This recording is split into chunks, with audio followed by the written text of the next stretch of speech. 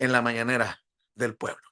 Déjeme saludar al maestro Ricardo Peralta porque yo sé que mucho nos puede ayudar en el análisis, en la desmenuzada sobre el tema de la calumnia y la difamación, atendiendo a lo que dijo Sergio Sarmiento, que hoy dice, gracias, presidenta, porque ahora sí puso, estos son descarados, ahora sí puso el clip completo de lo que dije hace 26 años. Bueno, pues hagámosle caso, hablemos de difamación y de calumnia. Y mire que se lo pregunté, se lo planteé a una mujer que ha sido blanco, se lo dije, de narcocandidata, de narcopresidenta, de narcopartido, de narcogobierno, sin una sola prueba. Mi querido Ricardo Peralta, ¿cómo estás? Te saludo, maestro, un abrazote. Mi querido Vicente, en principio, felicidades por tu muy buena participación, como siempre, con la presidenta Claudia Sheinbaum, con la pregunta que hemos venido trabajando, platicando, estudiando, analizando desde hace ya muchos años relacionado con este tema de la infodemia, es decir, todo lo que tiene que ver con pues la producción generalizada, masificada de noticias falsas, que no es un tema de México nada más. Esto forma parte de una gran estrategia que se hizo por lo menos hace 20 años.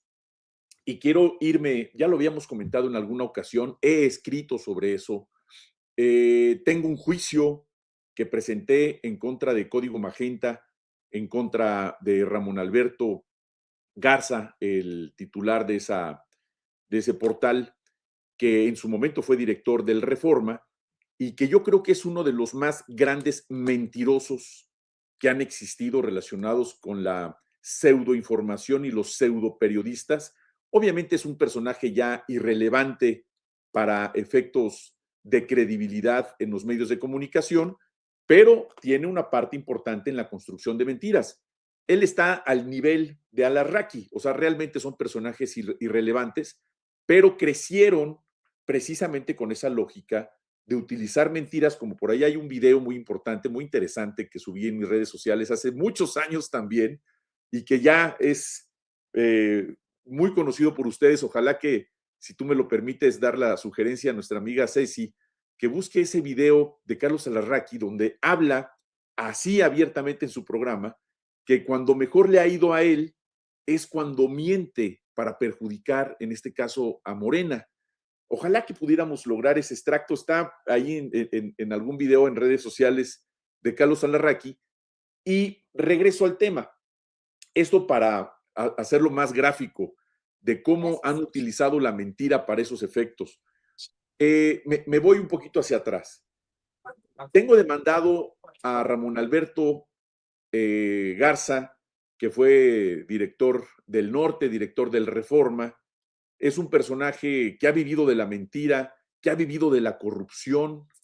Públicamente se sabe también por estas versiones que algunos amigos de él han vertido que les ha debido mucho dinero por pagos de compromisos laborales y profesionales, que han expuesto cómo es que él se hizo en su momento de un portal de noticias de Reporte Índigo, lo vendieron, él y el señor Navalón, este señor de origen español.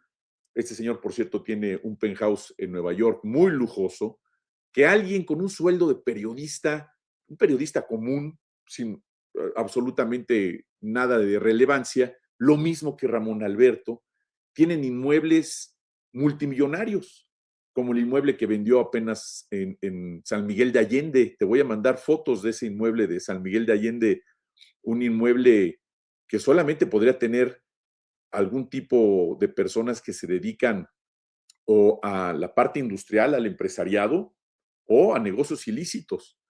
Y tener uno de los inmuebles más importantes en San Pedro Garza, en la parte muy alta de una loma que también es públicamente conocida, el departamento aquí de Polanco, en fin, una serie de inmuebles que no son compatibles con la forma de vivir de un periodista que vive de un salario, que le pague una televisora o que le pague un periódico. Y todo esto tiene que ver con el comercio de la mentira, con el comercio de la difamación. Y les decía que no es un tema nada más de México. En su momento se estableció una convocatoria por parte de la Organización de Estados Americanos con una lógica supuesta que era precisamente defender la libertad de expresión, en la que todos estamos de acuerdo que exista la libertad de expresión, pero con información cierta, sin duda, con rigor periodístico. Esa propuesta de la Organización de Estados Americanos se pidió a los estados integrantes, a los países, que eliminaran de toda la legislación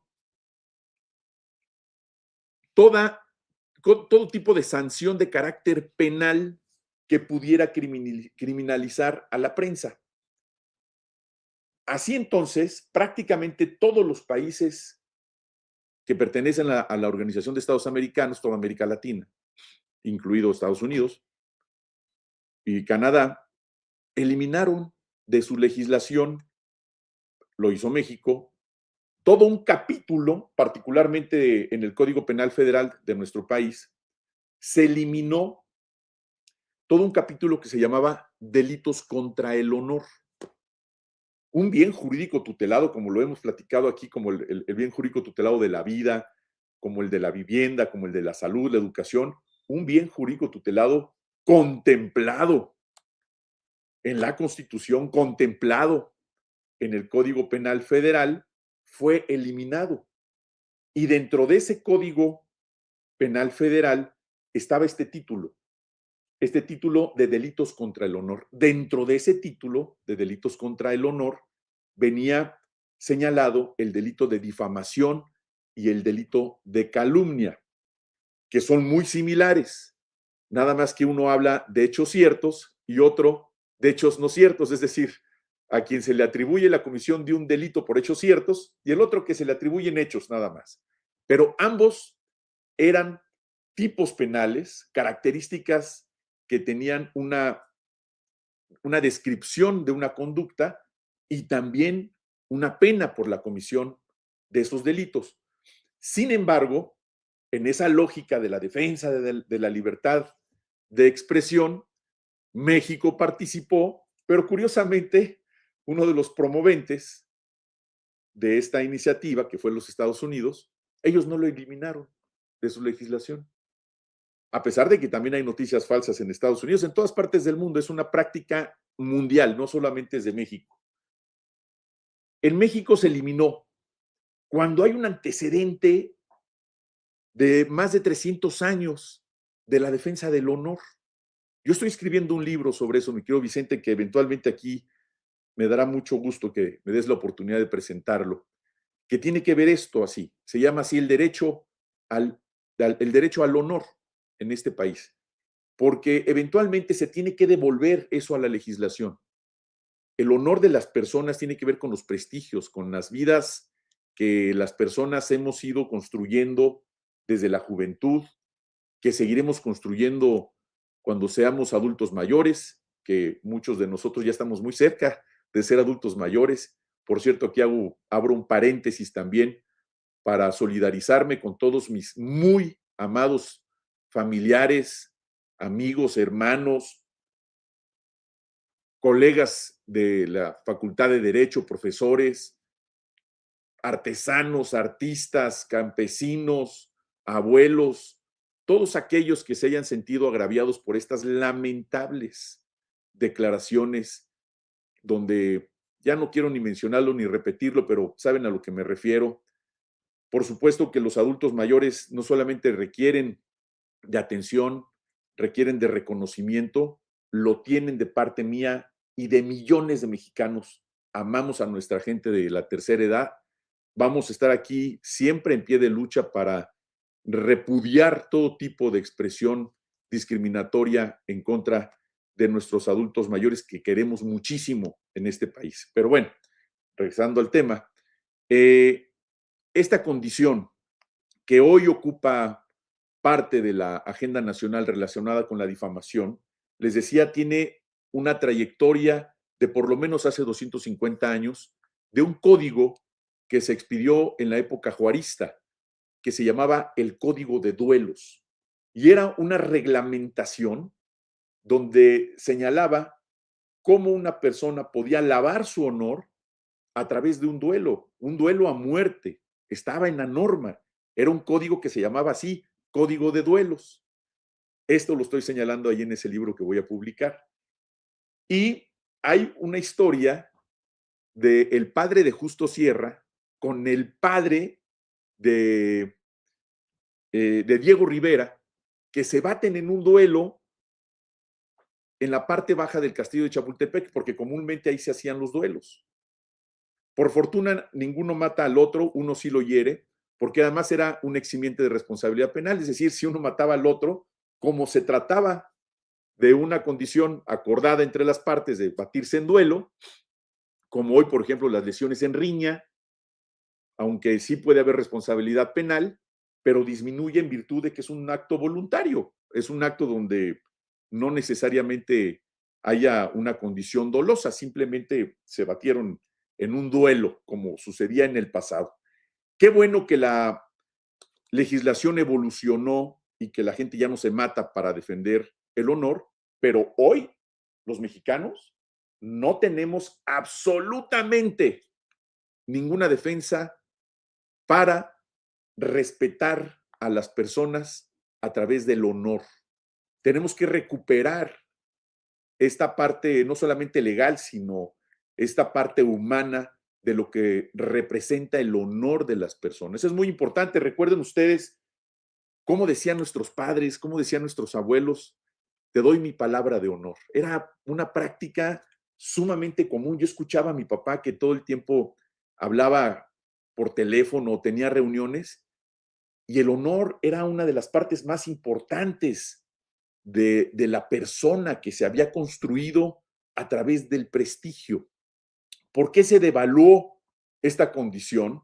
Precisamente para defender la mentira, para que las instituciones mediáticas, que curiosamente los propietarios vienen desde el norte, y no nomás me refiero de nuestro país, sino en los Estados Unidos, los dueños de las grandes corporaciones de medios de comunicación, pues son ellos.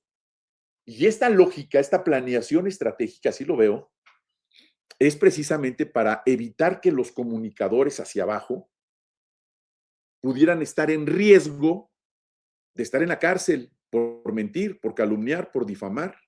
Ahora, esto podría entrar en un debate donde se pudiera poner en riesgo la libertad de expresión. No.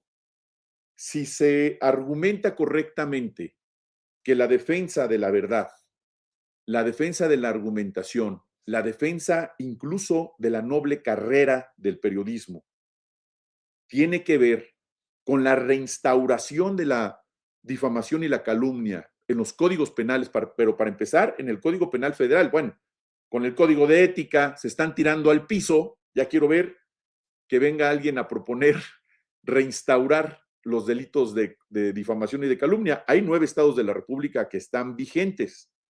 Ahora, esta es la parte penal, donde puede haber una privación de la libertad, donde hay otro tipo de sanciones penales.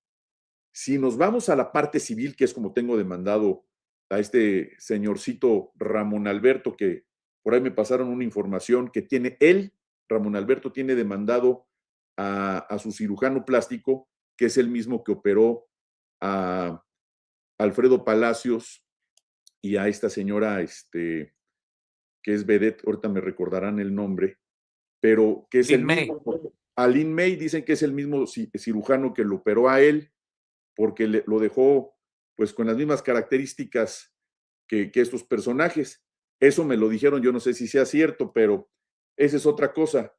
Lo que yo hice para llevar a cabo, que es cierto lo que dice Sergio Sarmiento, y lo ha dicho también este señor Rivafalacio, como ahora se conoce, es que es un procedimiento sumamente lento.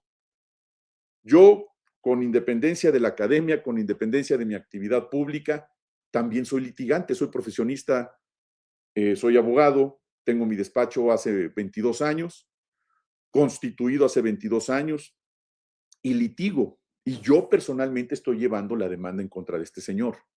Aún así, es un procedimiento largo, no largo, larguísimo, caro porque hay que contratar peritos. Contraté una perito en fonografía, en videografía, he acudido a peritajes en materia psicológica.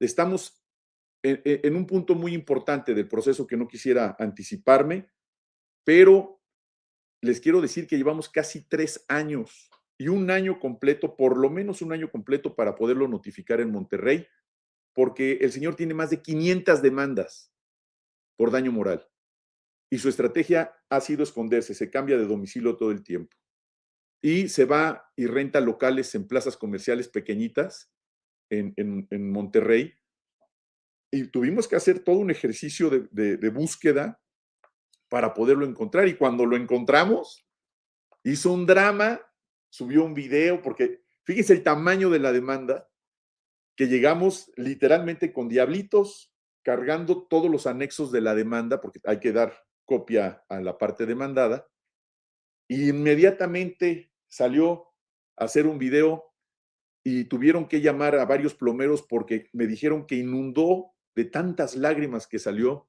se le salieron, inundó todo el piso de ahí y los vecinos de abajo se sentían agraviados por la inundación de sus lágrimas cuando le llegó finalmente la notificación de la demanda. Sí es la única ruta en este momento, el daño moral por la vía civil, insisto, larguísimo, pero esto forma parte de esa lógica de impedir prácticamente que la gente tenga algún tipo de estrategia jurídica para defenderse de manera pronta. ¿Qué sucede? Que pues, con el tiempo el daño está hecho, la difamación está lanzada, dañan sin duda a través de la replicación que se hace no solamente en los medios electrónicos, sino también en los medios tradicionales. Y hay una campaña donde se va replicando, se va a distintas partes del país. Todo está plenamente identificado cómo lo hacen. Es una estrategia, además, que repiten y repiten. No tienen una actuación de innovación en cómo hacerlo. Lo copian, lo pegan, lo copian, lo pegan. Algunas con mayor impacto, otras no, y según la narrativa que esté en el momento. Ahora se sabe que ya todos ellos, que son chiquitos, que son prácticamente insignificantes, ya traen un presupuesto de otra índole importante, interesante, que también ya tengo la información, que eventualmente lo haremos saber, pero sabemos ya perfectamente bien la ruta del dinero. ¿Quién los está patrocinando? ¿A través de quién los están patrocinando? ¿Qué es lo que les están diciendo que deben de decir? A través de varios chats que tienen, les comunican, hacen sesiones de Zoom, donde les platican cuáles son los temas que deben de llevar a cabo, como si fuera una línea editorial de un área de comunicación social, como si fuera un boletín de prensa, así les dicen, y la narrativa es esta, y hay que hablar de esto. Y todo esto tiene que ver a la vez con lo que decía muy bien mi amigo Vicente Serrano hoy con la presidenta Claudia Sheinbaum Pardo. Tiene que ver con esa narrativa de narcogobierno, tiene que ver con esa narrativa de narcopartido, y se van pasando la bolita uno a otro. Yo no lo dijo, yo estoy diciendo lo que él dijo en principio, lo repitió, yo no soy el responsable, lo dijeron fuentes periodísticas sin ninguna credibilidad, insisto, sin ningún rigor periodístico. Y esta parte de la difamación y la calumnia, más allá del costo político, que yo en este momento ya ni veo el costo político, es peor el costo de la emisión de las noticias, y que digan que hay un endurecimiento de las normas y un endurecimiento en contra de la prensa, eso es falso. Si viniera de nueva cuenta la legislación penal y se reinstaurara, no es un retroceso. Por el contrario, es darle fortalecimiento a un bien jurídico que se eliminó, que es el honor, y ese honor es un derecho que deberíamos de tener todos en la Constitución, y con eso no solamente la población civil, todos nosotros, sino también los propios medios, porque los medios también pueden ser víctimas de un ataque de calumnias y de difamación. Es una normatividad para todos de una condición con un interés público, no es una particularidad en contra de la prensa, no. Yo sería el primero que estaría en contra de una legislación que atacara la libertad de expresión o la libertad de prensa. Es poner las cosas en un equilibrio, en una balanza, donde los ciudadanos tengamos los elementos mínimos de defensa frente a la calumnia, a la difamación que tanto daño nos ha hecho a muchos ciudadanos, a servidores públicos, ahora con la masividad del uso de las redes sociales a través de una nueva figura, que son los famosos influencers, pues también no es regular el Internet, no es regular a los medios y que los medios se regulan con los medios, no, esa es otra cosa, no es contra la prensa, insisto, es una condición de un derecho constitucional que se perdió, que es el derecho al honor, mi querido Vicente. Yo creo que es algo que se tiene que tomar en consideración, que debemos de hablar de ello, porque se está utilizando a la prensa también, a este tipo de prensa, para utilizar mensajes contra nuestra patria, los mensajes apátridas. Recuerden ustedes que hay personajes que están reconocidos del lado de los países, de cómo se conformaron las patrias, de cómo en su momento Westfalia empezó a dar los primeros orígenes de cómo se constituyeron las distintas nacionalidades, y ahí nuestra idiosincrasia, en este caso como mexicanos, después de 400 años, y quienes han estado a favor de defender nuestra nacionalidad, nuestro territorio, nuestra población, nuestros recursos, es decir, los que somos patriotas, y quienes han sido los que se han ido al otro lado, es decir, los apátridas, los que no reconocen a su tierra, los que prefieren que vengan extranjeros. Mentir en la prensa, difundir mentiras, hablar de narcogobierno, hablar de narcopartido, hablar de narcopresidenta, hablar de narcopolíticos, eso es ser apátrida, porque forma parte de un discurso extranjero. Eso no lo inventaron aquí en México, no nos vengan con eso. Es un discurso que viene diseñado desde el extranjero para desestabilizar a la patria. Y eso forma parte del mismo tema. Esas narrativas. Perdón. Y ese es tu tema de tu columna de esta semana en El Heraldo, ¿no? El día de hoy escribí sobre los apátridas. ¿De qué lado estamos? ¿De qué lado estás tú, Vicente? ¿Estás del lado de la patria, del lado de la nación? ¿O te identificas con Santana? ¿O te identificas con Maximiliano? Eso es una pregunta que hago yo hoy a los lectores. ¿De qué lado estás tú? La historia de los apátridas. ¿Qué son los apátridas? ¿Son traidores? Así como es. A los traidores nunca se les va a quitar el estigma histórico. Pasarán y pasarán y pasarán generaciones, pero a Judas nadie lo va a olvidar por traidor. Y los traidores de la patria, los apátridas, que también son estos comunicadores como Rivafalacio, como Ramón Alberto Garza, como Alarraqui, que de verdad, con todo respeto para sus edades, que también son personas de la tercera edad y merecen todo mi respeto, pero ellos sí huelen, como decía nuestro querido Paco, huelen a mentira. Todo lo que hablan, todo lo que dicen, ellos sí huelen muy mal porque todo lo que emiten no es para construir un país, es para destruir la patria. De hecho, Ceci rescató lo que pedías. A ver si es esto lo que pedías, mi querido Ricardo Peralta. Vamos, Ceci. Campaña no se gana con publicidad, se gana con propaganda. Y mientras más mentiras des contra Morena, mejor te va. Esta campaña no se gana con mentiras. Con ese nivel de cinismo, Vicente. Con ese nivel de cinismo. Se gana con mentiras, no se gana con publicidad, se gana con propaganda, fíjense. Esa es la lógica de Joseph Goebbels, el publicista de Adolf Hitler, del nazismo. Lo mismo, repite una mentira hasta que se haga verdad. Fíjense qué interesante. Así lo dicen, y así lo dicen, ojo, esta es una grabación pública, lo dijo él en una entrevista, todo lo que no dirán y planearán en privado. sin absolutamente el conocimiento de la ética y de la moral, pero no, hombre, eso no existe, absolutamente no. A ellos lo único que les mueve es el dinero. Y si además de ser mentirosos les pagan, bueno, No, pues ya lo dicen hasta dormidos, mienten, hasta los sueños que sueñan nos cuentan como verdades, mi querido Vicente. y creo que ese invento de Alasraqui, de que me pagan 50,000 pesos por pregunta, hoy me hubiera rayado y ya no hubiera trabajado en todo el mes. Pues yo creo que es porque León piensa que todos son de su condición.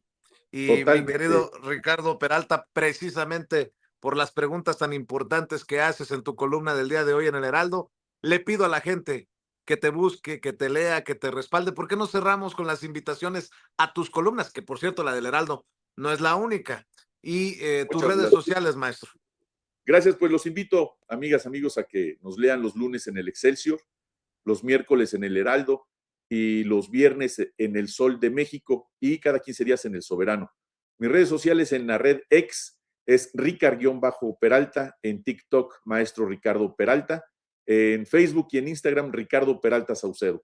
Por ahí nos estaremos viendo, vean nuestros contenidos, lo que platicamos, lo que seguimos defendiendo en favor de esta patria hermosa que se encuentra y se ha encontrado siempre en riesgo. Nos toca ahora a nosotros ser esos patriotas que somos hijos de Juárez, somos hijos de la Revolución, somos hijos de Cárdenas, somos hijos de los luchadores de este país y somos los que tenemos que seguir defendiendo sin censura, también por ser un medio revolucionario y un medio que además ha demostrado defender la patria como lo hace nuestro amigo Vicente Serrano. Muchas gracias, hermano. Y ahí te sigue esperando un rinconcito en el cielo. A ver si nos vemos hoy, mañana, mi querido Ricardo. Cuando Pero quieras. no he parado, hermanito. El maestro Ricardo Peralta siempre generoso para invitarnos, pero híjole, no he ni dormido gran cosa porque anda uno del tingo al tango, pero te prometo que hoy o mañana me doy la vueltecita. ¿Sale? Órale, hermano, ya está. Te mando un Gracias. abrazote. El Cuídate. maestro Nos vemos. Ricardo Hasta luego. Peralta hablando con nosotros sin censura.